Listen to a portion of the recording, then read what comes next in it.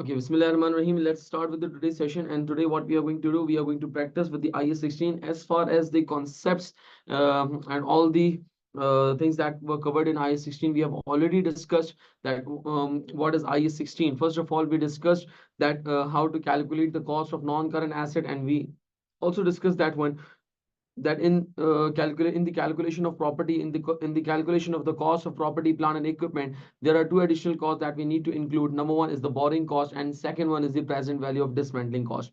We have also discussed that while calculating the present value of dismantling cost, first what we have to do, we need to calculate the present value of dismantling cost, and afterwards at the end of the each reporting date there will be an unwinding. And always remember, what is unwinding? Unwinding is basically increase in the liability, and that increase in the liability will be charged to finance cost, that is the interest expense. Secondly, we moved on towards the methods of depreciation. That what is depreciation? It's an allocation of cost over its useful life. And then we just had a look on the methods of depreciation. There are three methods, that is straight line, diminishing balance method, and the third one is the activity based method. Subsequently, we moved on towards the subsequent expenditure, that while after recognizing the non-current asset, what is the possibility that we might be incurring some cost on that particular property, plant, and equipment, and that cost will be known as what? The subsequent expenditure. And those subsequent expenditure will be capitalized in the value of property, plant, and equipment only when it brings certain improvement in the non-current asset. So there are two types of subsequent expenditure that will be capitalized. Number one, the overhauling cost, and the other one is the other subsequent expenditure. The overhauling cost, the rules related to the overhauling cost is that overhauling cost will be recognized as a separate asset, and it will be depreciated until the next overhauling cost is due.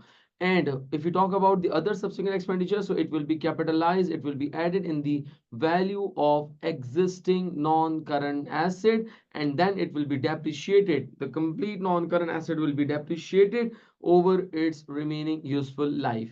Then we moved on towards the complex asset. What is complex asset? It means an asset which is made up of different components, and each component will have different life and different depreciation method.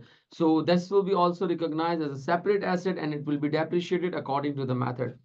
Then we moved on towards the disposal accounting. There are three types of disposal: cash, exchange, and discard. And we had a very detailed discussion on that one, that how to recognize the disposal of non-current asset. And finally, the last part was the revaluation model. That revaluation model is something we can subsequently measure our non-current asset at revaluation model. And what do we mean by revaluation model? Revaluation model means that we will recognize our asset at its market value, that is at its fair value. And once it will be recognized at its fair value or the market value, subsequently it will be depreciated at its revalued amount over its remaining useful life.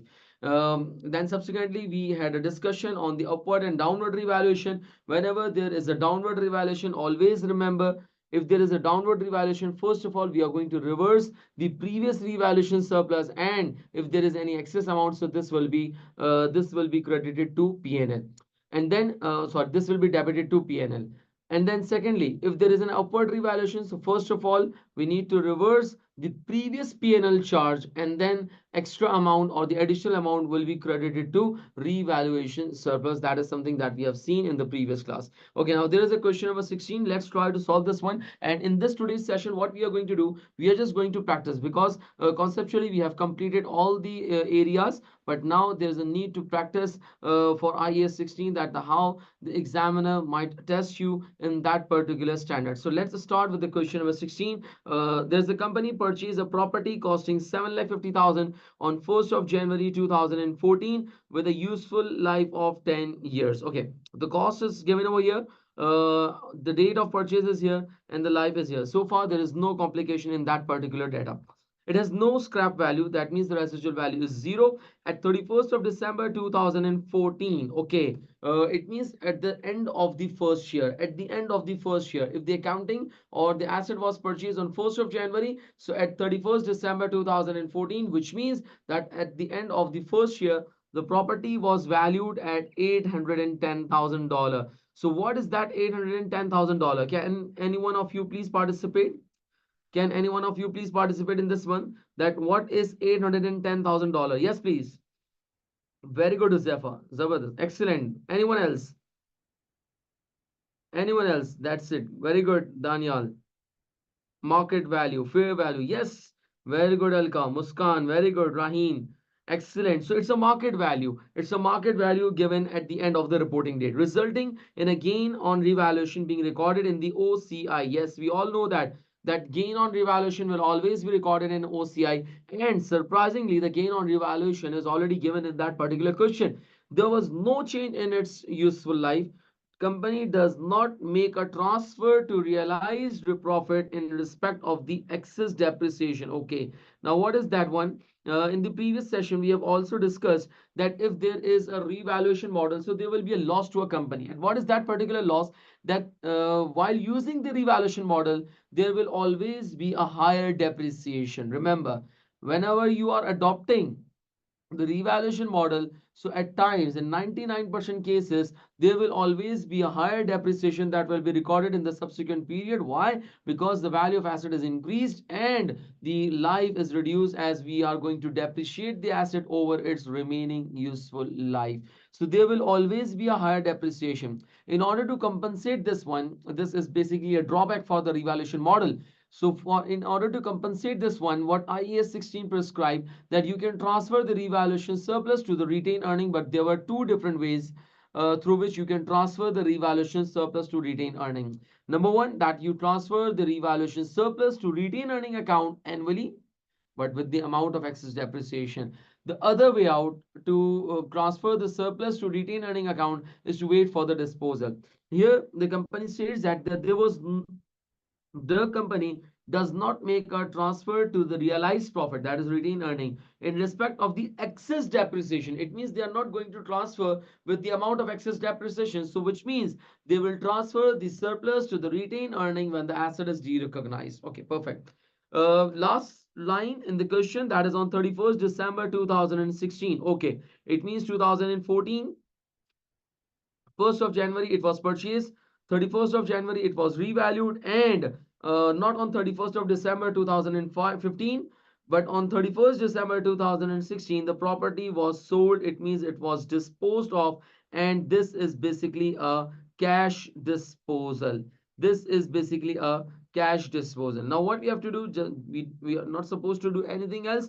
We just need to record the disposal of a property. Now how we are going to do that one? First of all, obviously we are going to calculate the gain on revaluation. Although the gain on revaluation is given, we can definitely skip that process or the step, but let's do that so that we can have a good understanding that how to calculate the revaluation. Okay, first of all, on 1st of January 2014, so we are going to calculate the depreciation of 2014. 7,50,000 was the cost, and the life of the asset was 10 years with nil scrap value. So obviously the depreciation, that is going to be 75,000. Am I right? 75,000 is going to be the depreciation. And on 31st of December 2014, we are going to revalue the asset. And while having a revaluation assessment, now while having a revaluation assessment, we need two things. Number one, we need the market value at the date of revaluation. Do we have a market value at the date of revaluation? Anyone, please? Do we have a market value at the date of revaluation? Yes, please. Yes, we do have a market value at the date of revaluation. And what is the market value? What is the market value? It's 810,000. Nice. It's 810,000. Very good. Very good. So now we need book value, and book value at the date of revaluation. Book value at the date of revaluation. How are we going to calculate the book value? It's 7,50,000 minus 75,000. 1 year depreciation will be deducted. Yes, anyone else? Please do calculate the book value. What is going to be the book value of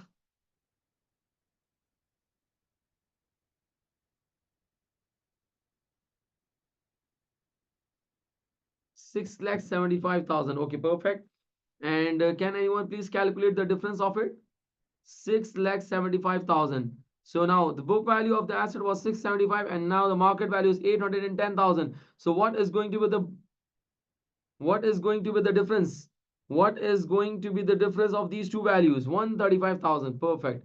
1,35,000 is going to be the difference, and obviously it's a gain. It's a gain on revaluation. It's a gain on revaluation. Okay. It's a gain on revaluation, that is 1,35,000. If you just make an accounting entry for this one, so how this gain will be recognized? The property, plant, and equipment will be debited by 1,35,000, and revaluation surplus will be credited by 1,35,000. So this is going to be the accounting entry for the gain on revaluation that we have recorded. Okay, move on.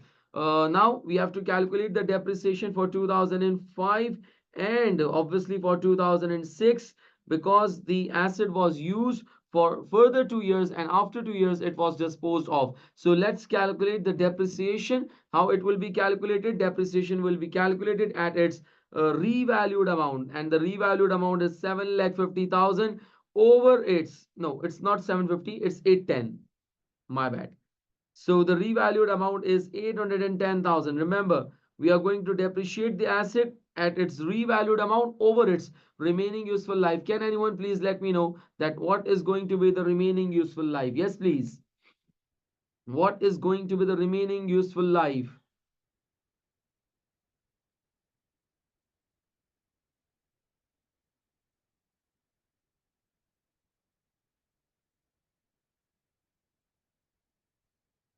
It's going to be 9 years, not 8 years. Yes, it's going to be 9 years. Why? Because in 2014, we have used that asset for 1 year. So it means the remaining useful life is going to be 9 years. Can anyone please calculate the depreciation for 2005?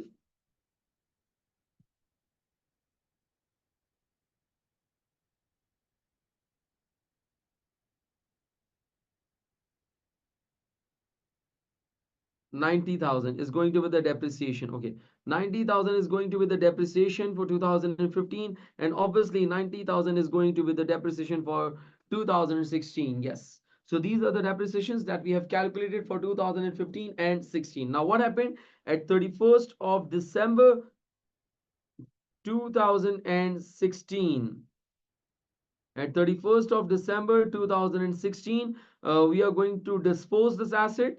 So there is going to be the disposal, and how this disposal will be calculated. So for that we need the sales proceed, and then we need the book value at the date of disposal. So the sales proceed that is given in the question, and the sales proceed is 900,000. Sales proceed is 900,000, and in order to calculate the book value, so the cost was 810,000 minus accumulated depreciation, and the accumulated depreciation would be 180,000. Please do remember, we are not going to accumulate the depreciation of the first year. Why? Because remember, once we are having a change in the non-current asset, so this accumulated depreciation is always written off. So please remember, this is something that we have written it off. So this will never be considered. So the accumulated depreciation is going to be 1,80,000. So 810 minus 180. What is going to be the book value? Is it 630? Please do let me know if Adil is not a liar. 630. No, Adil is not a liar. Adil is an honest person. So it's 630. 6,30,000. So the carrying amount that would be 900 minus 630. 900 minus 630. So this is going to be 270,000. This is the gain on disposal. Remember, this is not the gain on revaluation. It's a gain on disposal. Now, examiner might ask you that what will be the amount of gain on revaluation. So the amount of gain on revaluation is $135,000. Although this was given in the question, but it is possible that examiner might not give you that particular gain on revaluation. So obviously you can calculate it. It's not a difficult task that you need to compare the market value with the book value at the date of revaluation, and you will get the gain on revaluation of 135,000. But if the examiner is asking that what is the amount of gain on disposal, so it's $270,000. That is the gain on disposal. Okay, if I just make an accounting entry for this one, so how the accounting entry will be made? How an accounting entry will be made? So first of all, there are three events. Always remember, there are three events that we need to account it for. Number one, the asset is going. Asset is going is as if like a person is going from your life. A person is going from your heart. Yes, it is possible. It is possible that a person is going from your heart, from your life. So obviously you are sad. You are sad. So like this, the acid is going, and acid, we are removing the acid. So acid will be decreasing. So acid decreases, we are going to credit this one. So the property, plant, and equipment will be credited by what amount? Can anyone please let me know? With what value, with what amount the property, plant, and equipment will be credited? Is this going to be credited by 750,000? Is this going to be credited by 810,000? Is this going to be credited by 630,000? Yes, please do let me know. With what amount the property, plant, and equipment will be credited? With what amount the property, plant, and equipment will be credited? Nice, very good, excellent. It's going to be credited by 810,000. Yes, very good. So 810,000, the property, plant, and equipment is being credited by 810,000. Nice. And we all know that if a person is going from your life, if a person is going from your heart, so it means there will always be some memories. There will always be some memories related to that person. If the person is going, Adil, please assume, please imagine, if a person to whom you love a lot, to whom you love a lot, and he was, or he or she, it could be, so he or she was in your heart, he or she, you are laughing, huh? Naughty. So he or she was in your heart, and if she is going, if she, let's come to the reality, if she is going from your, if she is going from your life, if she is going from your heart, so obviously the certain memories will be removed, will be deleted. There is no need for those particular memories. Otherwise, you will not be able to move ahead. So what we are going to do, we are going to write off those memories, and the memories related to that asset is known as what? Accumulated depreciation. So the accumulated depreciation will be debited. Accumulated depreciation. Can anyone please let me know that what is the amount of accumulated depreciation? Yes, very good. It's 180,000. That was the second event. That was the second event. And the third event, third event, third event, that now you are going to have a party. Now you are going to have a party, because if a person is going on, no matter, you will find out the another person. That's the life. That's the spirit of life. So it means we are going to receive the cash. So the cash will be debited. Cash will be debited by 900,000. Yes, very good. So what is the difference between the entries? The difference that is arising is on the credit side, and I think it's with the 270,000, if I'm not wrong.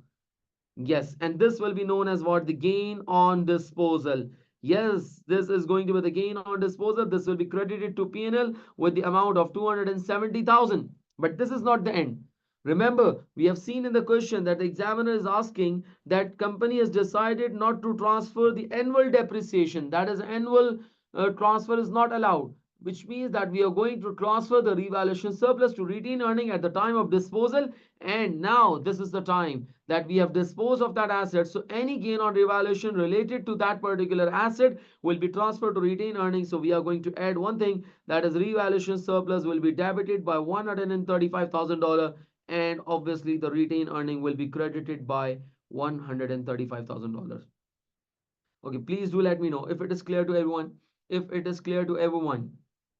Although this was the homework, but I can definitely trust on you guys that you guys are very busy, and mashallah, you are having a very good commitments in your life. There are a lot of messages, there are a lot of things that you need to reply it for. So definitely I can understand this one. Okay, now let's move on to another question. Basically, this is not the question. These are the cases related to upward and downward revaluation. And this is basically the summary. This is basically the summary. And you need to practice this one. This is the summary of revaluation cases. That is, there could be a downward revaluation and there could be an upward revaluation. So let's see that what are the possible ways that we can encounter in our exams. First of all, case one, we have a cost of $8,000, the market value of $12,000, and there was no previous revaluation surplus. Okay, let's compare it. First of all, we have a market value of $12,000. We have a cost of property, plant, and equipment, that is $8,000. First of all, the market value is increasing, right?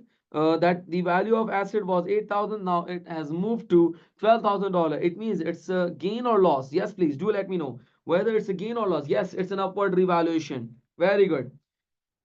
It's an upward revaluation, and it's an upward revaluation of 4,000, upward revaluation of $4,000. It's an upward revaluation of $4,000, and there was no previous P&L charge. There was no impairment loss. Am I right? I'm using the right terminology, that there was no impairment loss. There was no previous impairment loss. So obviously, if was no impairment loss, so the accounting entry would be property, plant, and equipment will be debited, and revaluation surplus will be credited with the amount of $4,000. So this was the very simple entry. Okay, now let's move on to the case 2. Net book value of the asset is $12,000. The market value of $16,000. Again, previously charged to P&L, which means the impairment loss. The previous impairment loss is nil. Again, we are going to compare it with the market value $16,000 and the net book value NBV. It's not new BV. It's net book value, which is $12,000. So it means the asset which had a net book value of $12,000 is now being valued at $16,000. Again, there is a upward revaluation of $4,000, right? There is again an upward revaluation. There is again an upward revaluation. Very good. And now the accounting entry that will be made is again property, plant, and equipment will be debited, revaluation surplus will be credited by $4,000. This is quite simple and will bring a dimple. Okay, case 3. Cost is $20,000, market value is $18,000. Okay, can you guys please try this one? I would request you all to please try this case. I would request you to please try this case. Okay, downward is 2,000. I can understand this one, Adil. I can see this one. There's nothing that you have given me very precious information. 2,000 loss. Excellent, Alka. Very good. Very good. So what is going to be the accounting entry for this one? What is the accounting entry that we are going to prepare it?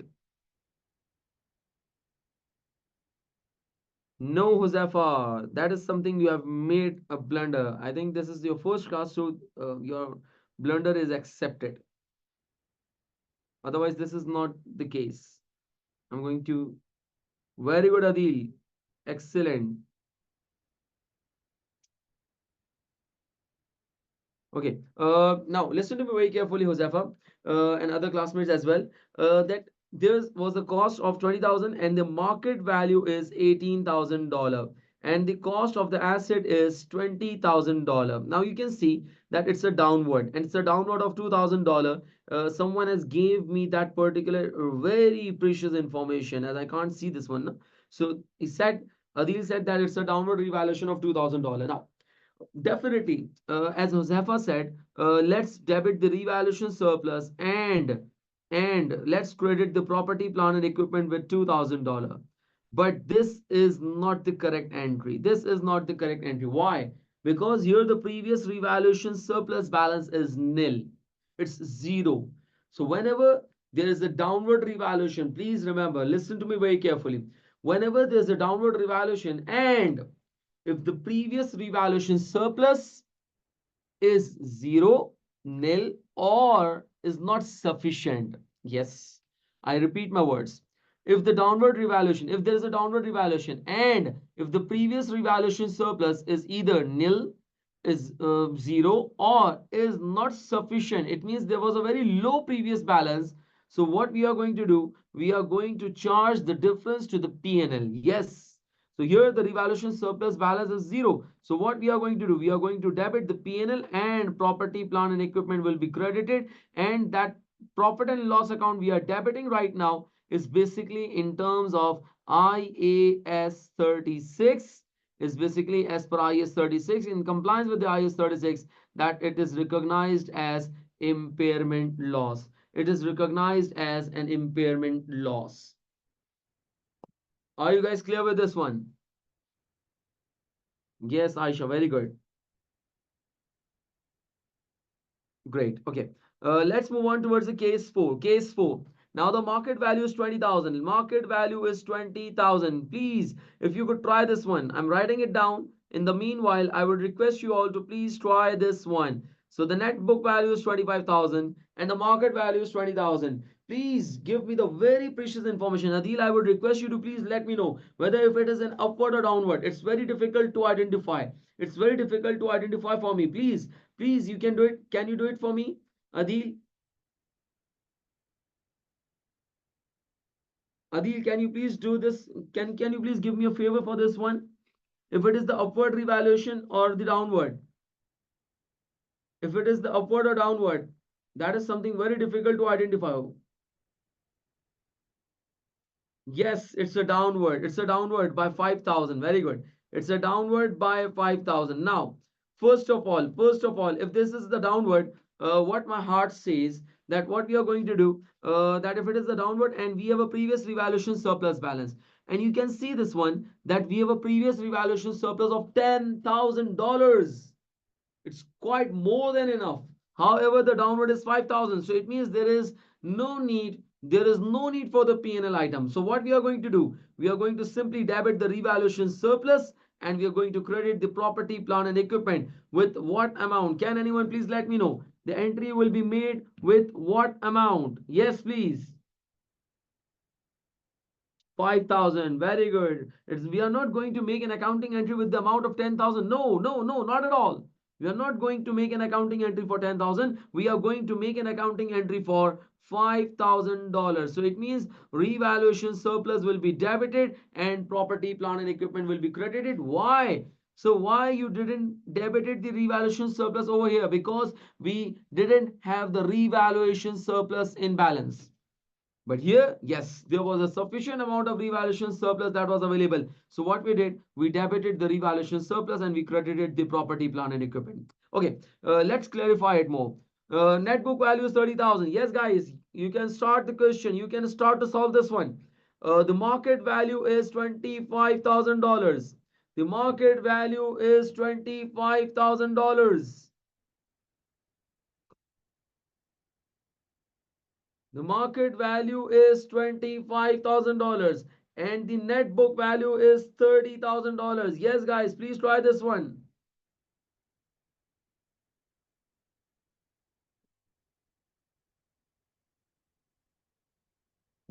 Okay, net book value is $30,000. So it means the net book value is $30,000 and now it has moved to $25,000. Great, Daniel. Very good. 5,000. Yes, it's confirmed that there's a 5,000 downward. Now, what is going to be the accounting entry for this one? Yes, please. What is going to be the accounting entry for this one? What is going to be the accounting entry for this one?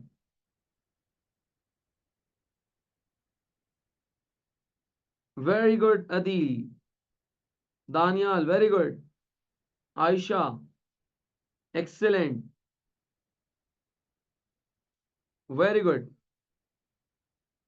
So there's a previous revaluation of 3,000. So what we are going to do, first of all, we all know that the value of the property, plant and equipment is decreased. So we are going to credit the property, plant and equipment by 5,000 and we are going to debit it the revaluation surplus by 3,000. Yes, we can't debit the revaluation surplus by 5,000. Why? Because always remember revaluation surplus can never be negative. So revaluation surplus will be debited by 3,000 and the difference or the remaining amount is going to be debited by 2,000 and this will be charged to P&L. This will be charged to P&L. And remember, this is something, the balancing figure, the most important point. And the second most important point is it is basically the impairment loss. This is basically the impairment loss. Are we guys clear on this one? Okay, great. Mashallah, you guys are responding like hell. Very good. Excellent. This is something that you guys are more comfortable at your home. Whenever I ask you during the classes, in the physical classes, usually you guys don't respond to me. Okay, case 6. Market value is $40,000. Net book value is $35,000. Okay, is it the upward or downward? Is this the upward or downward? Yes, please. Yes, it's upward. It's upward. Very good.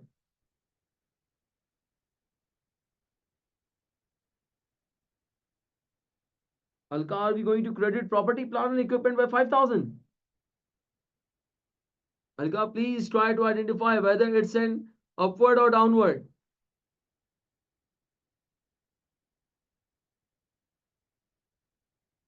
Yes, we are going to debit. We are going to debit it by $5,000. We are going to debit it by $5,000. And that is something the upward. This is something the upward revaluation. This is something the upward revaluation. Okay, so if there is an upward revaluation, we all know that the property, plant and equipment will be debited. Property, plant and equipment will be debited by 5,000. Property, plant and equipment will be debited by 5,000. So are we going to credit the revaluation surplus by 5,000? Very good. Excellent. Excellent.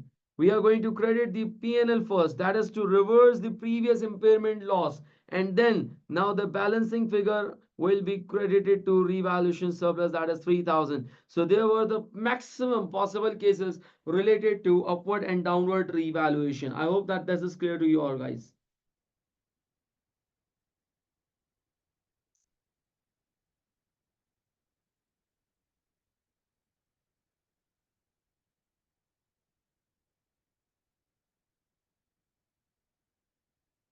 Okay, we have another question, and that is the very tricky question. And let's try to solve this one. Okay, now let's try to solve this question. It is a very good question. Please try to understand this one. And at the end of this question, I will let you know the objective and the learning outcome of this question. So please watch this question very carefully. The following trial balance extracts relates to the property which is owned by Vuitton at 1st of April 2014. Okay, now there is a very small information that is given over here. That is the property, the cost of the property is $12,000 and the original useful life is 20 years. The accumulated depreciation at 1st April 2014, $3,600. First of all, please remember, if the accumulated depreciation is given in the question, that shows or indicates that this is the property which was used in the previous accounting periods, which means that is the property which were available for use and the company has used that property in the previous accounting period, which means that this is not the first year of this property. This is not the first year of this property. Okay, now the cost and accumulated depreciation is given. So far, there is no as such difficult information or there is no as such complicated information is given. Now, on 1st of October 2014, wait. The accounting period is ending on 31st of March 2015. Okay. So which means if the accounting period is ending on 31st of March 2015, so obviously it will be starting from 1st April 2014. Perfect. It means whatever the informations are given over here, that is something the opening balance. Okay. Now what happened during 2014? That is on 1st of October 2014. Okay, let me count it out. Let's say April, May, June, July, August, September, and 1st of October. I think somewhere around here. Somewhere around here. This is basically the 1st of October 2014. Okay, now let's see what happened. Following a sustained increase in the property prices, Vuitton revalued its property to $10.8 million. Okay, guys, this is basically the market value, that is 10.8 million, or in thousands we can write it down as 10,800. That is the market value which is given in the question. Now the first thing that you need to keep in your mind, that what is new in that particular question. So first learning outcome is that the revaluation is done in mid-year, which means what we have seen in the previous question, that the revaluation was done even at times at the start of the year, that is on 1st January, or at times at the end of the year, that is on 31st of December. So it means here the learning outcome, the first learning outcome is that if the revaluation is done in the mid of the year, so how it should be accounted for. So that is the first learning outcome, is that revaluation is done in the mid of the year. Okay, now So what is the requirement? What is the requirement? The requirement is quite simple. You just need to calculate the depreciation charge. Yes, nothing to do, nothing to do exceptionally. That is, you just need to calculate the depreciation expense for the year ended 31st March 2015, which means that what amount of depreciation expense will be recorded at the end or for the year ended 31st March 2015. Now, if you just look at the data and the timeline that is in front of you, it means that we need to calculate the depreciation. We need to calculate the depreciation for the whole accounting period. We need to calculate the depreciation for the whole accounting period. Yes. Now, what's the problem? The problem is the 6 months depreciation, like April, May, June, July, August, and September. That 6 months depreciation is before revaluation, and 6 months depreciation is something that is after revaluation. So we just need to calculate the depreciation in phases. That is number one, the before revaluation, and number two is after revaluation. So let's try to calculate the depreciation for before revaluation. If we just calculate the depreciation before revaluation, so how it will be calculated? How it will be calculated? The cost is 12,000, and obviously company is using the straight line method. Useful life was 20 years. I think yes, it's 20 years. It's given in the question. Remember, it's a straight line method. It's not the WDV method. It's not the reducing balance method. So 12,000 divided by 20. Can anyone please calculate the depreciation for the year one? Sorry, can anyone please calculate the amount of this fraction? 12,000 divided by 20. 600. Great, great. It's 600.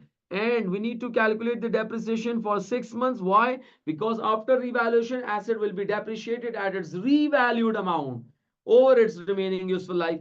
So we are going to calculate the depreciation for 6 months. So this is going to be $300. So $300 is basically the depreciation for the first 6 months. You need to calculate the depreciation for the year. So now nothing is left. You just need to calculate the depreciation of the remaining 6 months, or we can say that we need to calculate the depreciation for the revalued asset over the next 6 months. So after revaluation, yes, what was the principle? What was the principle? That after revaluation,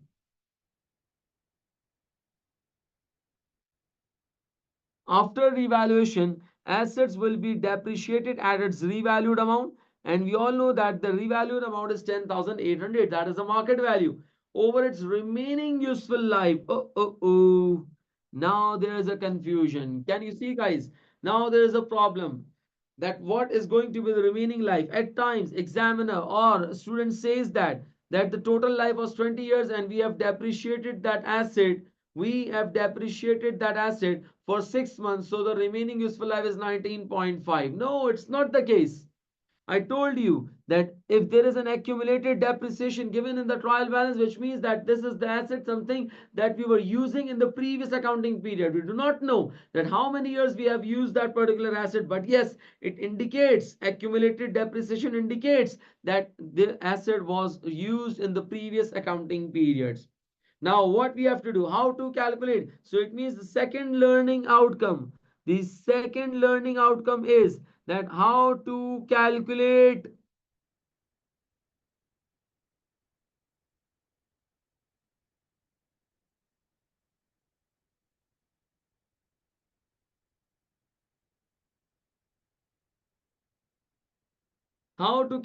the remaining life. How to calculate the remaining life. Now listen to me very carefully. Listen to me very carefully. Everybody and soul. Now it is quite clear that if the accumulated depreciation is given in the question, that shows that we were using that asset previously. It's quite clear. Now we need to identify that how much amount of depreciation or for how many years we were depreciating that asset. You have seen that the annual depreciation is 600.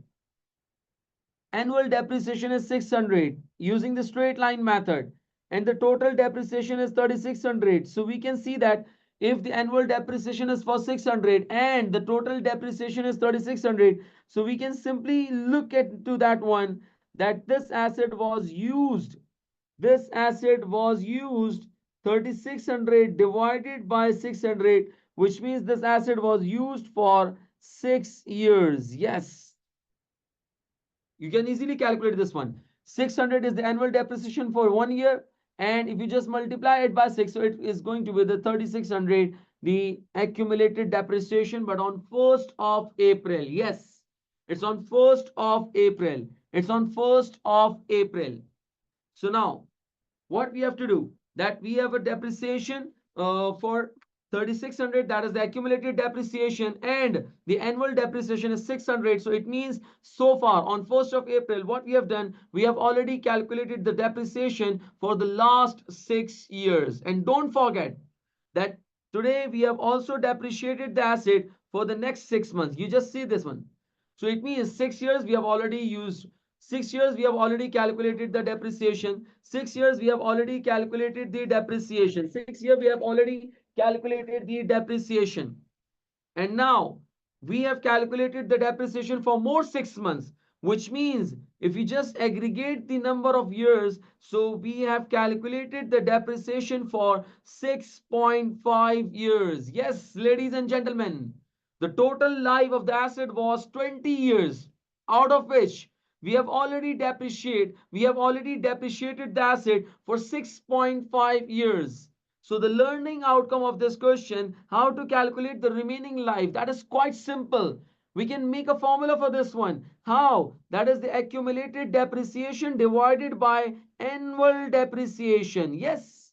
So the accumulated depreciation was 3600 and the annual depreciation is 600. So this will give you that for how many years we have utilized, for how many years we have used that particular asset.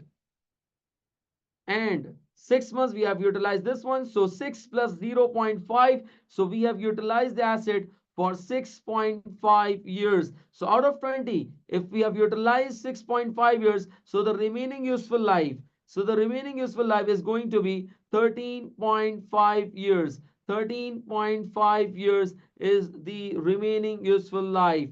Please do let me know, that if it is clear to everyone, please do let me know. Aisha, is this going to be 14.5 or 13.5? Please do let me know.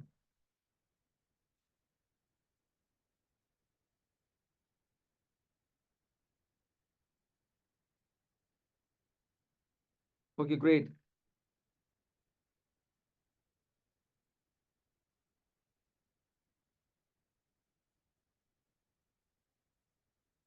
Now, if we are going to calculate the depreciation for the second half, how we are going to calculate it? We all know that the market value is 10,800 after revaluation. Don't forget, after revaluation, assets will be depreciated at its revalued amount over its remaining useful life. So we just calculated the remaining useful life, and the remaining useful life is 13.5.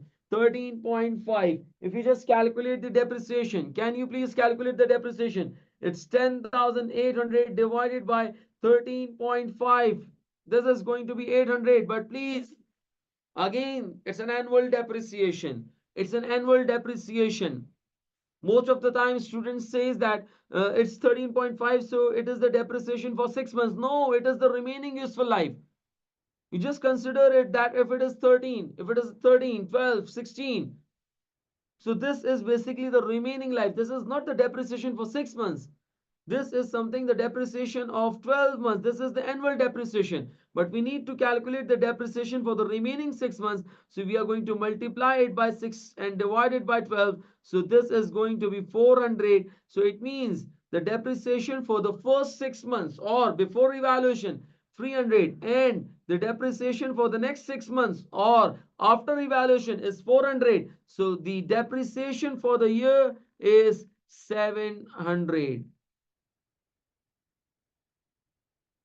Yes, please do let me know if it is clear to everyone. If this question is clear to everyone, this is a very good question. And please mark it that what was the learning outcome of this particular question.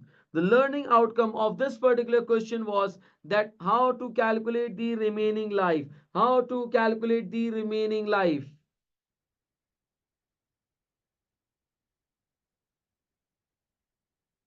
And the simplest formula that is to calculate the remaining life is accumulated depreciation divided by annual depreciation if it is the straight line method. Yes, because we know that under the straight line method, the depreciation of all years will remain same. Yes, everyone. Huzefa, Maria, Mariam, Muhammad Ali, Aisha, Muskan, Raheen, Aisha Square.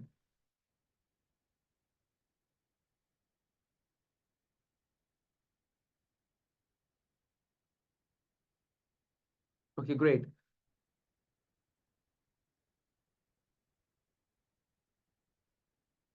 Let's move on to another question. There is again a lesson, there is again a learning outcome in that particular question. That is question number 18. There is again a learning outcome in that particular question. Yes. And what is that learning outcome? We will discuss it. But first, try to read the question and try to identify that what is the requirement of this particular question. And the requirement is similar to the previous one. What is that requirement?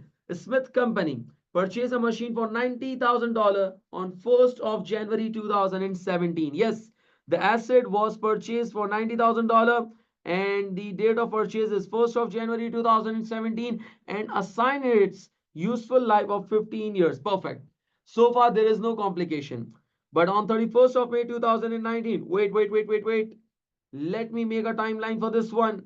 Let me make a timeline for this one. So on 1st of January 2017, asset was purchased. 31st of December 2017. Second year, 31st of December 2018. And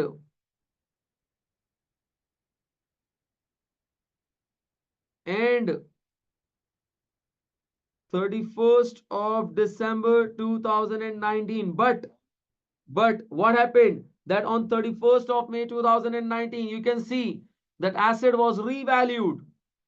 On 31st of May 2019, you can see that the asset was revalued, which means that you can, if you just look at the timeline, that on 31st of May, we are talking about here, yes, somewhere around here, that is something the 31st of May 2019. Yes, on this date, what happened? It was revalued, which means that is the date of revaluation. This is the date of revaluation. It was revalued to $150,000. Can anyone please let me know what is $150,000? What is that $150,000? Can anyone please let me know?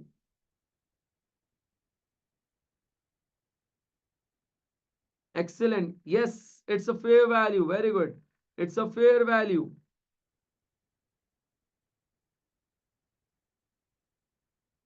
Yes, it's a market value. So, if it is the market value 150,000 with no change in useful life. Now, please remember what is the meaning of that particular phrase? With no change in useful life, that there is no revised useful life. But it doesn't mean that we are not going to depreciate it over its remaining useful life. Remember, please, no change in useful life means the life was not upgraded. A life was not upgraded. There was no increase in the life. The life will remain the same, that was 15. And obviously, after revaluation, we are going to depreciate the asset over its remaining useful life. So with no change in useful life means that there was no enhancement, there was no increase in that particular useful life. Please try to understand this one. Okay, now, so all the data is given over here. What is the requirement of this question? So the requirement of this question is quite simple, very simple, very simple. And this will bring a dimple. And what is the requirement? That what will be the depreciation charge in relation to the machine in the statement of profit and loss for the year ended 31st December 2019. Yes, we are going to calculate the depreciation for this era, for this period. Yes, this green highlighted area. We need to calculate the depreciation again. The same situation is over here. That is the depreciation before revaluation and depreciation after the revaluation. Are you guys getting the point? So in this particular question, it's a similar situation is being tested. In the previous question, what we were doing, we calculated the depreciation for the year, and that was the same situation, that it was before revaluation, and then we calculate the depreciation after revaluation. Here it is the same situation. We need to calculate the depreciation before revaluation as well as after the revaluation. Now, how the depreciation will be calculated and what is the change as compared to the previous question? Yes, there is a change, and there is a very huge change. Here, the revaluation was done in the mid of the year. You can see this one. So the learning outcome of this question is then how to calculate the remaining useful life if the revaluation is done in the mid-year. If the revaluation is done in the mid-year, which means that at half year. But here in this question, you can see that the revaluation was done not on the half year, not on the mid-year, but it is something in quarter year. That is something in the quarter month. So which means that at 31st of May, we are going to revalue the asset. Okay. First of all, how the revaluation, how the depreciation will be calculated. So first of all, calculate the depreciation for the first half. That is before revaluation. And if we just calculate the number of months, so it will be starting from January, February, March, April, and May. It means we need to calculate the depreciation for 5 months. So how it will be calculated? The value of machine is 90,000. The life is 15 years. So 90,000 divided by 15. So this is something $6,000. And we need to calculate the depreciation for 5 months. So multiply by 5 and divided by 12. So is it going to be 25? Yes, $2,500.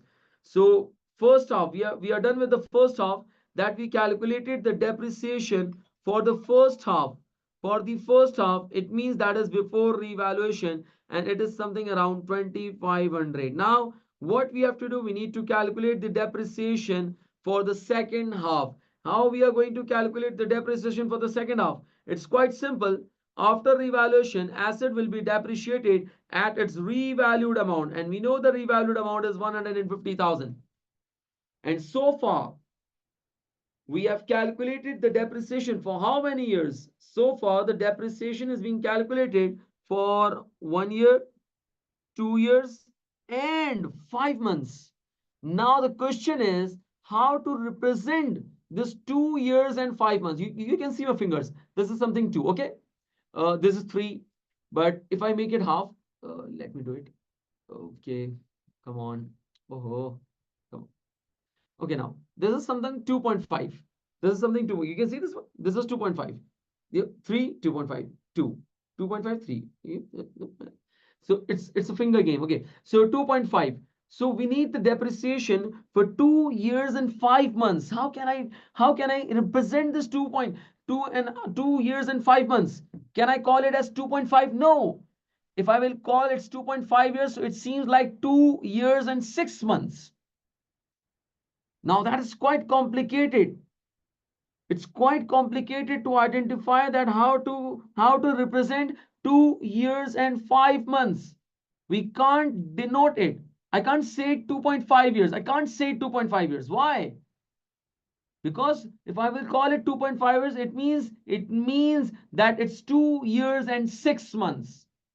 Although it's 2 years and 5 months. So whenever, please now, coming back to the learning outcome, if the date of revaluation is in the mid of the year and it is in the quarter days, it is in the quarter months, it's not half year. So what you have to do now, you have to make some calculation on months basis. Yes, you have to do calculations on months basis. How we can do it? How we can calculate the depreciation? How we can do it on months basis? Let me do it. If you just see that how many months, can anyone please let me know how many months are there in a year? How many months are there in a month? Oh, sorry, in a year. How many months are there in a year? Please let me know. Very difficult question. Wow, great Adil, you are genius. Excellent, Aisha, you are genius. MashaAllah, very good. You know that in a year there are 12 months. Very good. It's very difficult. Okay, now, so how many months we have already used that particular asset? 12 months in the year 1, obviously. 12 months in the year 2, and 5 months before revaluation. So far, how many months we have already used that asset. Yes, 29 months, which means we have used that asset for 29 months. We have used that asset 29 months, and the life of this asset is 15 years, right? And if we just calculate the number of months in 15 years, so it's going to be 180. Very good, Adil. So it means out of total months, the life in months is 180, and out of which we have already used 29 months. Used months. It's 29. So the remaining, very good, Adil. So the remaining months is 151. Remember why we are having a calculation, in terms of months, because the revaluation was done in quarter months. So the remaining months, the life in remaining months is 151. Now can we calculate that months into years? Can anyone please let me know how it will be done? Yes, obviously, in order to convert the months into years, what we have to do, nothing, that is 151 divided by 12. 151 divided by 12, and this will make 12.58. This is something, the remaining useful life. Are you guys clear with this one? Please do let me know. Everyone, please do let me know. Alka, Aisha Square, Daniel, Josefa, Maria, Mariam, Muhammad Ali, Muskan, Raheen.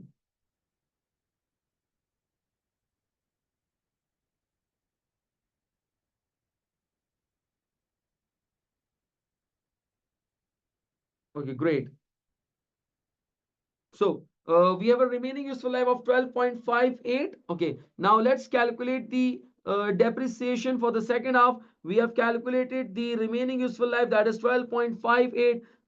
So let's calculate the depreciation. 1,50,000 divided by 12.58 multiply by, and we need the depreciation for how many months? If we just calculate it from June, like June, July, August, September, October, November, and December. That is for 7 months. We need to calculate the depreciation for 7 months. That is multiply by 7 divided by 12. So this will make 6955.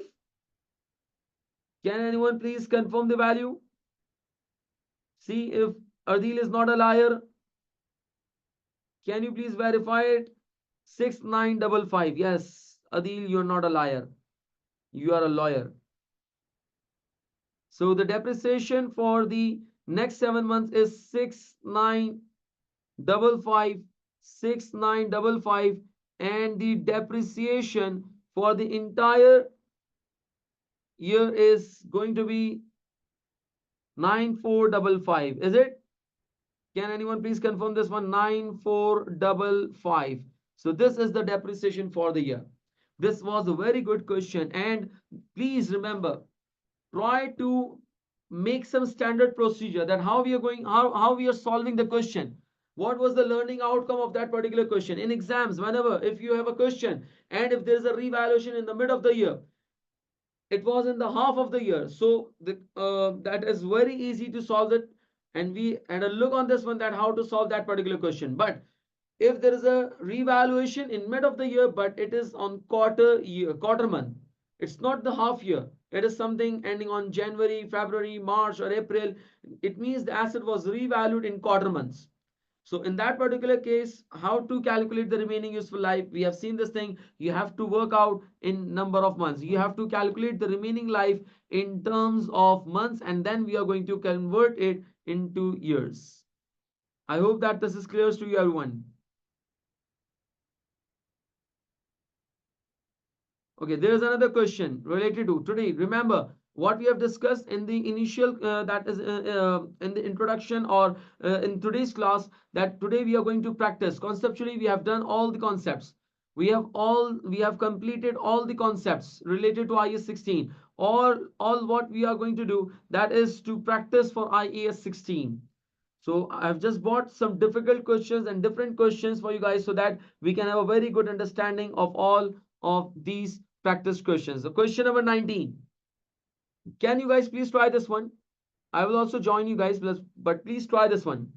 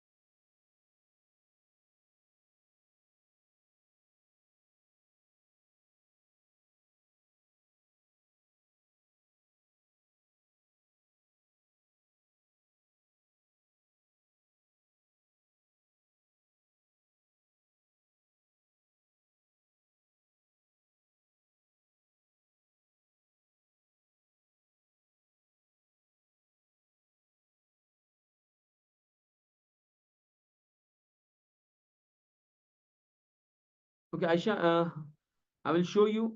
You just need the solution for 17 and 18. Okay. Wait. Let me show you the 17.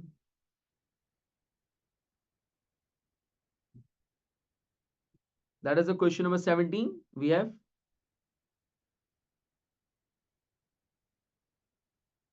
Aisha, are you taking the picture of this one? Josefa, wait. I'm showing you the question.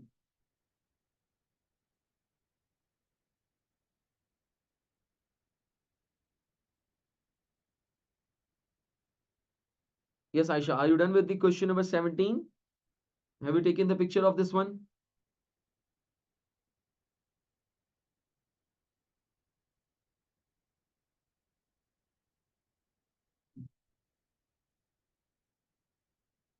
Okay.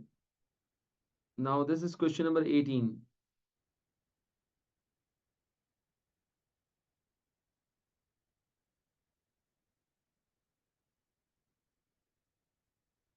Please try this question. Question number 19. It's a good question again. It's a very good question. Please try this question.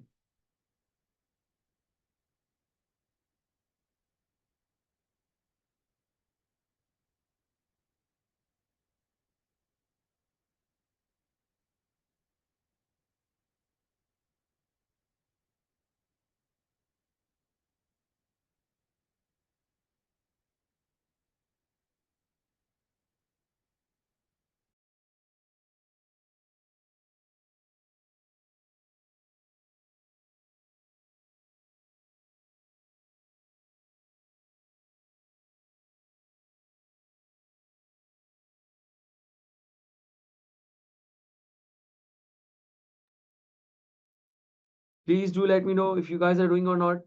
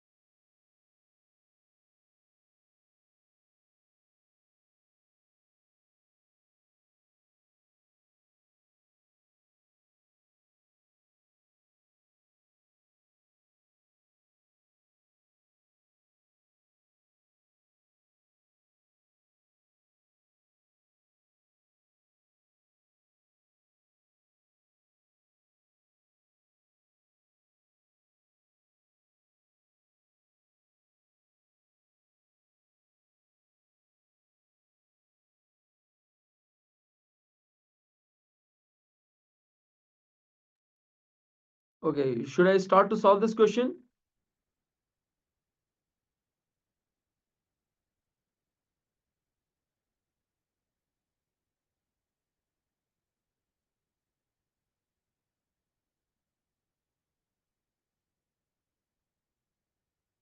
Yes, should I start to solve this question? Are you guys doing it or not?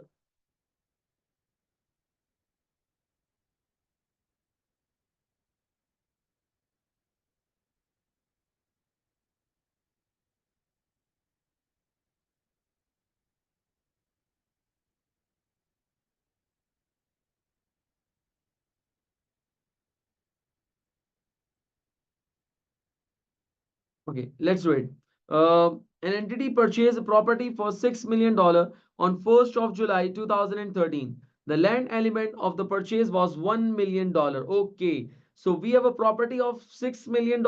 We have a property of $6 million and it was purchased on 1st of July 2013. The land element of the purchase was 1 million, which means if you just make a classification for this one, please always try to remember, always try that whenever you have a question and there's a lot of details, there are a lot of data in that particular question, so all what you have to do, just try to plot the details or the information that is given in the question on your rough paper.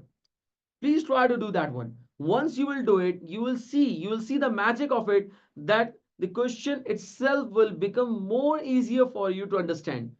Most of the time what students do normally, that they read the question twice, thrice and many times, but still they are unable to understand that what is the requirement and how to solve and how to start with the question. So first of all, try to fetch some relevant information from the question. Let's try this one. There was a property and the property value was 6 million. So the property value was 6 million. Okay, now, so the answer, and one more thing. Very good, Josefa. One more thing that you need to understand. Always try to solve the question in a form in which the answer is given. Here the answer is given in the complete values. So let's try to type the complete values. So let's try to type the complete values. That is 6 million means that is 60 lakh. Okay, now out of 60 lakh, it says that the land element of the purchase is 1 million, which means that in this 6 million, 1 million relates to land, and obviously, the remaining 5 million, very good, remaining 5 million relates to what? The building element. So, how did you came to know that the remaining is 5 million is building? Let's read it out. The expected life of the building, here it is the indicator that the remaining part of the property is obviously a building. The life of the building is 50 years and expected residual value is nil on 30th June 2015. Okay. So 1st July 2013 till 30th June 2014, and then 30th June 2015, it means after 2 years, after 2 years, the property was revalued. Now, please listen to me very carefully. Property was revalued. It is not that land was revalued. It is not that building was revalued. It is something that the property, the whole property, what I said, the whole property was revalued. The whole property was revalued to 7 million. This is the market value. Is this the market value for land? No. Is this the market value for building? No. This is the market value for the whole property. Yes, yes, of which the land element is 1.24 million. That is 12 lakh 40,000 is the market value. 12 lakh 40,000 is the market value for land, and the remaining 57 lakh 60,000 is the market value for building. That is the breakup. Yes, Adil, it's a breakup. It's not the breakup that you are thinking about. It's a breakup of cost. It's a breakup of market value. Adil, please don't be upset. So it's a breakup of, okay, I will not be using that word. So it's a yes, you can understand it very good. So it's a breakup of 7 million, which is divided into land is 1.24 million and the building amounting to 5.76 million. And when it is going on, that is after 2 years. Don't forget that we are revaluing the asset when? After 2 years. That's quite simple. Okay, now the market value of the land and building is given after 2 years. And what is this? The market value of the land is 1.24 million, that is 12 lakh 40,000, and the market value of the building is 57 lakh 60,000 after 2 years. Okay, on 30th June 2017. Okay, let's move on. Let's make a timeline for this one so that to make it more understandable to everyone. So it's on 1st of July 2013, and after 2 years means that is 30th June 30th June 2014 and 30th June 2015, right? After 2 years, that is 30th June 2015, there was a revaluation and we had a market value. The market value of land and building is separately given. Yes, it's separately given. It's 12 lakh 40,000, I guess. Yes, 12 lakh 40,000, and it's 57 lakh 60,000. So it's a market value. At 30th June 2015, the market value of the land and building is given over here. That is 12 lakh 40,000 and 57 lakh 60,000. Now what happened? After 2 more years, I guess. Yes, 16 and 17. On 30th June 2017, the property was, remember what's written over here? That is the property. It's not the building. It's not the land. It's the property. That is the whole property. Whole property was sold for 68 lakh. Yes, after 2 more years. After 2 more years, that is 30th June 2016 and 30th June 2017. Yes, Adil, whole property was sold out, and the sales proceed for the whole property is 6.8 million, that is 68 lakh.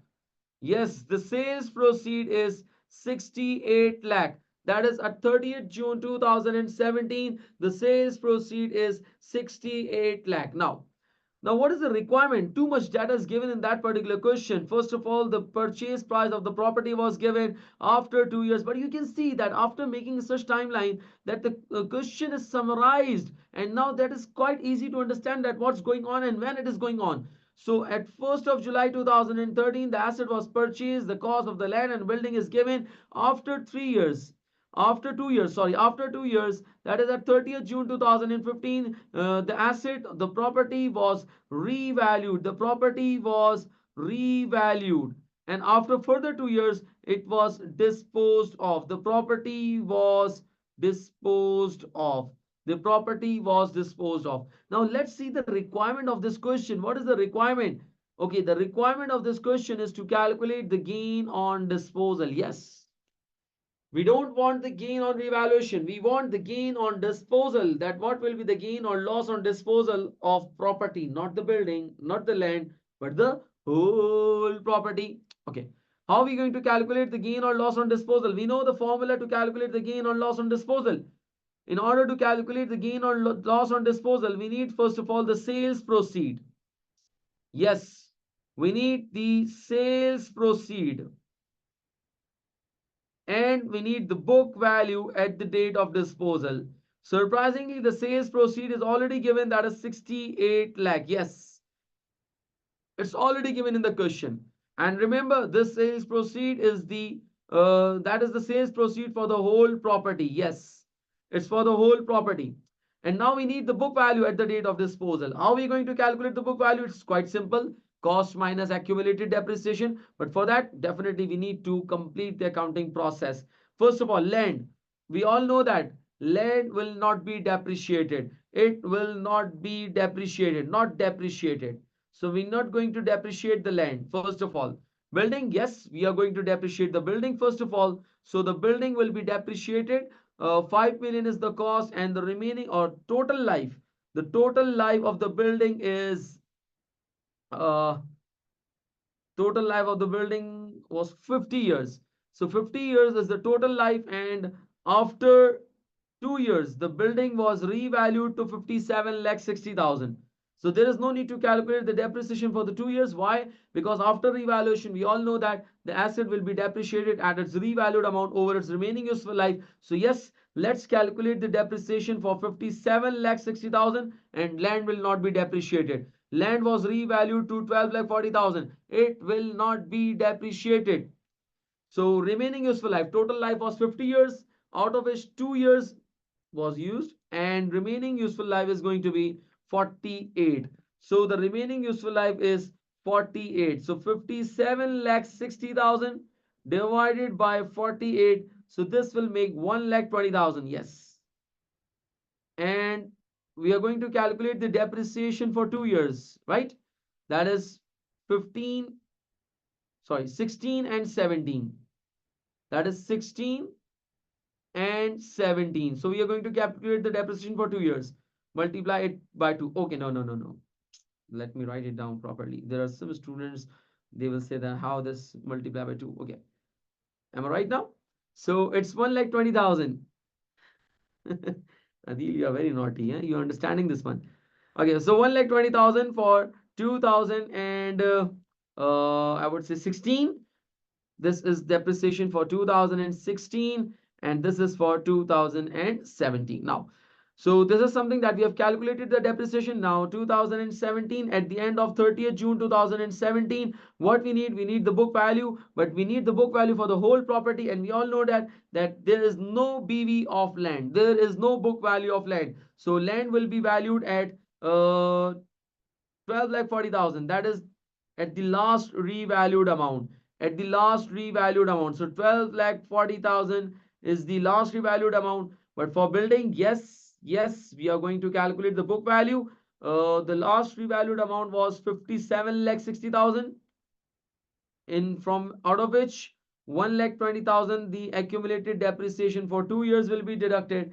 Can anyone please calculate the net book value 57 lakh 60,000 minus 1 lakh 20,000? So sorry, 240. Yes, my bad, Josefa. Thank you. It's not 120, it's 240. It's 240. It's 240. So minus 2 lakh 40,000. So this is going to be 55 lakh 20,000. Is it? Yes. Very good. 55 lakh 20,000. So the total book value of the property is 67 lakh 60,000. 67 lakh 60,000. Is it? Can anyone please calculate the difference of it? Yes, it's 40,000. So 40,000 is basically the gain on disposal.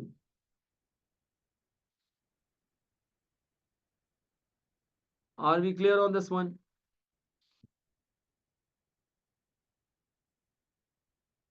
Adil, are you serious or you are just joking?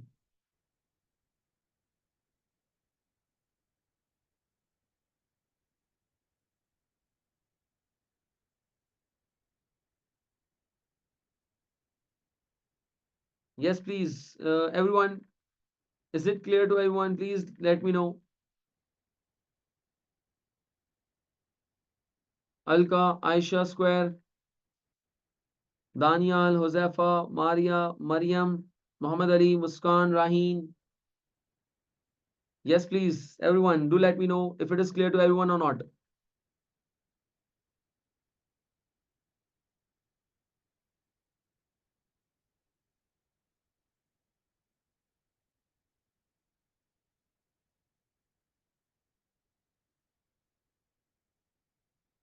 Okay, great. Okay, now there is a question and it's a theoretical one. I would request you all to please try this question. Please. Question number 20. It's a theoretical one.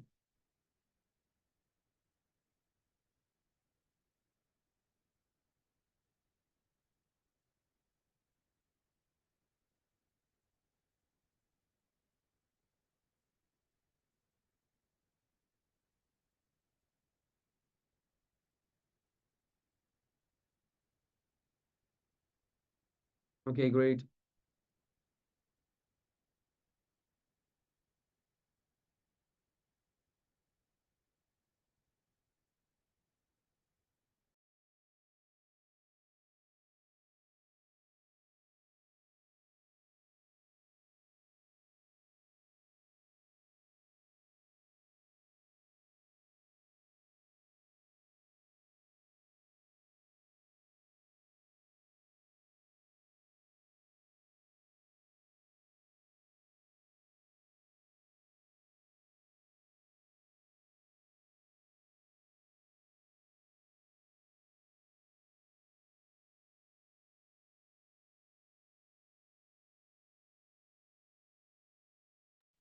Okay, great. Yes, the answer is A and B. Which of the two following will be capitalized as initial carrying amount? That is the initial recognition. So yes, it's a transportation cost while purchasing the plant.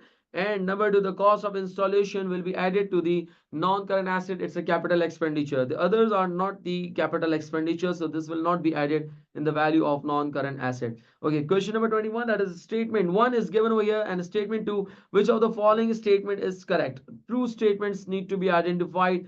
Please read the statement and do let me know that what will be the answer for this question.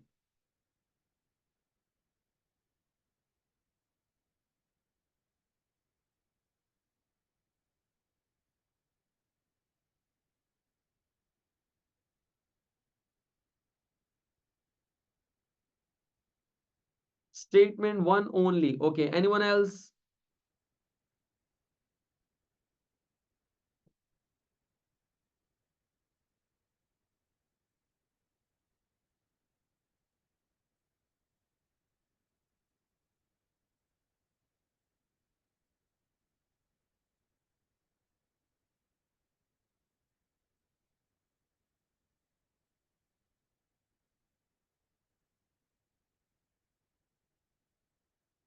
Okay, statement 1. If the revaluation model is used for the property, plant and equipment, the revaluation must subsequently be made with sufficient regularity. Yes, it was the rule, it was the principle of revaluation model that if you have adopted the revaluation model, so it means the revaluation model should be adopted in all accounting period and revaluation assessment should be made out with sufficient regularity at the end of the each reporting date. So yes, statement 1 is correct. Statement 1 is correct.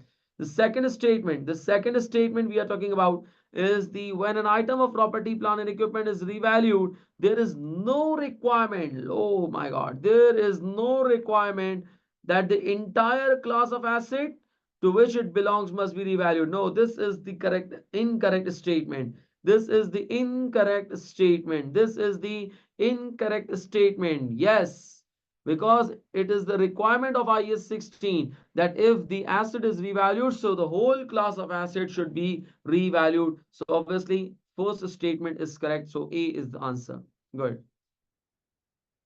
Okay, this question number 22. Please try this one.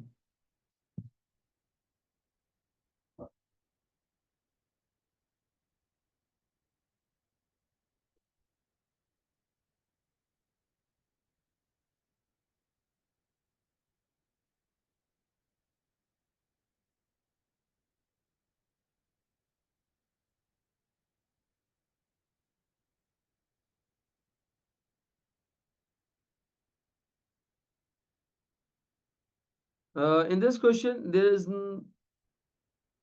what you have to do that you need to identify that which is going to be capitalized and which is going to be expensed out. 1, 2, 3 should be capitalized. Okay, very good. First and third capitalized, last one expensed out. And what about the second one, Daniel?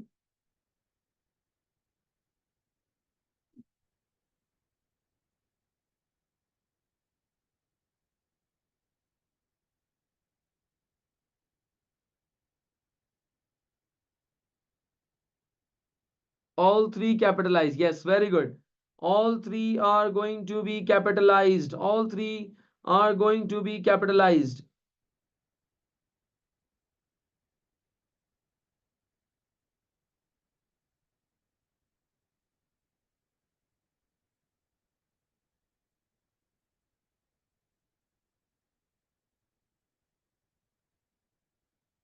Okay, clearance site preparation. Is this going to be capitalized? Yes, the site preparation cost will be capitalized. Second one, professional survey fees. Yes, if there is any expert that you have appointed to install that asset, so it means that cost will also be capitalized. That cost will also be capitalized. Second, third. Okay, now try to understand the difference between the third and the fourth one. Company's own staff wages for the time spent on working construction. What does it mean? What does it mean? It means that there was a staff and that staff spent some time for the construction and I have paid that particular staff. That is the wages that I have paid for the time spent. So this will be capitalized. But in the fourth point, what it is written? That a proportion of the admin cost. For example, if one of the staff was working, if one of the staff was working over there, if one of the staff was working over there, and I haven't paid it separately for that construction. So I can't proportionate the salary of admin cost to the asset cost. I can't. So it means the last one will not be capitalized. Rest three will be capitalized as a non-current asset. Yes, are we clear on this one?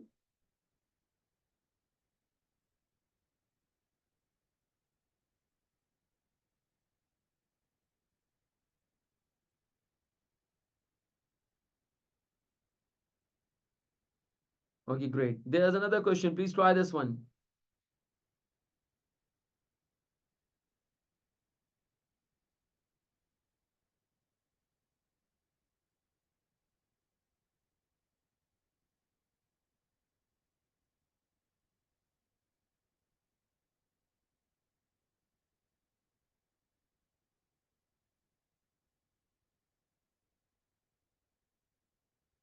Yes, it's a practice question again. Please try this one. Very simple one. It's a very simple question.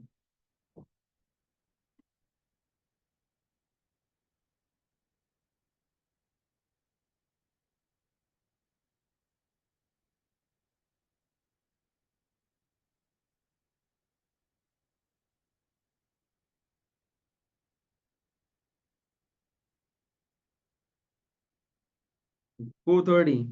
Anyone else, please?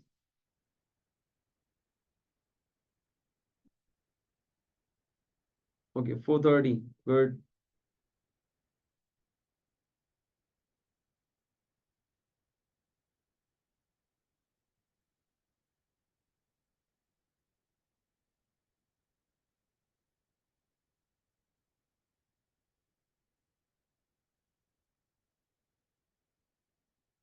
What are we going to calculate in that particular question? We are going to calculate the gain on revaluation. That is the revaluation surplus that we need to calculate the revaluation surplus. So the cost of the asset is 1 million and the life is 15 years and we are depreciating it at the rate of 2%. Okay. Okay, no, sorry. We have used that property 15 years. 15 years. It was purchased 15 years ago and the depreciating at 2% per annum, but on a straight line basis. On a straight line basis. So it means, so 1 million is the cost and 2% is the annual depreciation. So let's calculate the depreciation, the annual depreciation. The amount of the annual depreciation is 1 million in times 2%, that is 2000. Okay, great. Or 20,000. It's 20,000, I guess. It's 1 lakh. Oh, my bad. Sorry. It's 2000.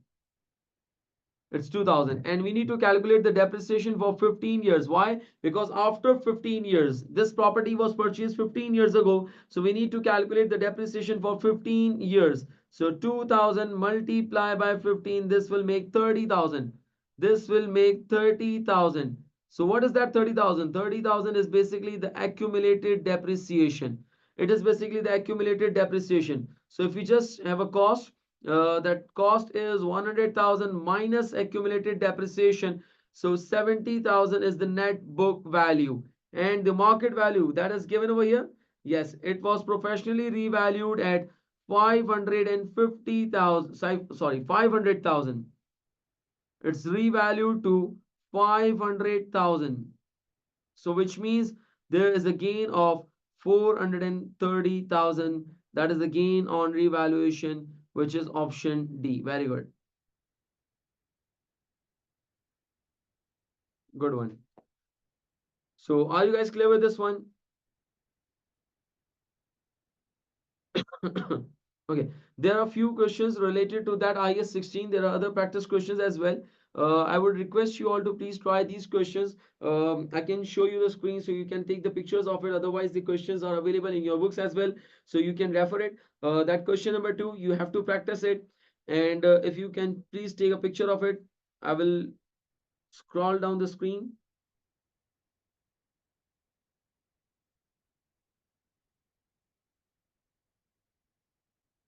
Another question that you need to practice is question number 3. Please take a picture of it.